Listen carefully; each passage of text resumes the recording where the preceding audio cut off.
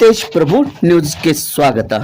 ಸಂಕೇಶ್ವರ ಪುರಸಭೆ ward number 21ರ ತೆರವಾದ ಖಾಲಿವಾದ ಸದಸ್ಯತ್ವ ಸ್ಥಾನಕ್ಕೆ ಶನಿವಾರ ದಿನಾಂಕ 23 ನವೆಂಬರ್ 2024ರಂದು ಉಪಚುನಾವಣೆಯ ನಿಮಿತ್ತ ಮತದಾನ ನಡೆಯಿತು ಮತ್ತು ವ್ಯವಸ್ಥಿತವಾಗಿ ಹಾಗೂ ಶಾಂತಿಯುತವಾಗಿ ಮತದಾನ ನಡೆಯಿತು.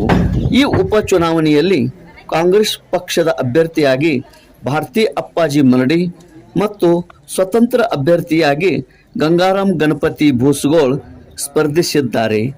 ಪುರುಷ ಮತದಾರರು 351, ಮಹಿಳಾ ಮತದಾರರು 452, ಒಟ್ಟು 803 ಮತದಾರರು ಮತ ಚಲಾವಣೆ ಮಾಡಿದ್ದಾರೆ ಎಂದರೆ 75.39% ಮತದಾನ ಆಗಿರುತ್ತದೆ.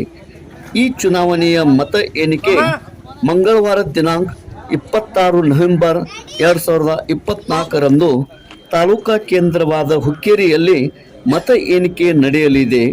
ಯಾರು ಜಯಗಳಿಸುತ್ತಾರೆ ಎಂಬುದನ್ನು ಮಂಗಳವಾರವರೆಗೆ ಕಾದು ನೋಡಬೇಕಾಗಿದೆ.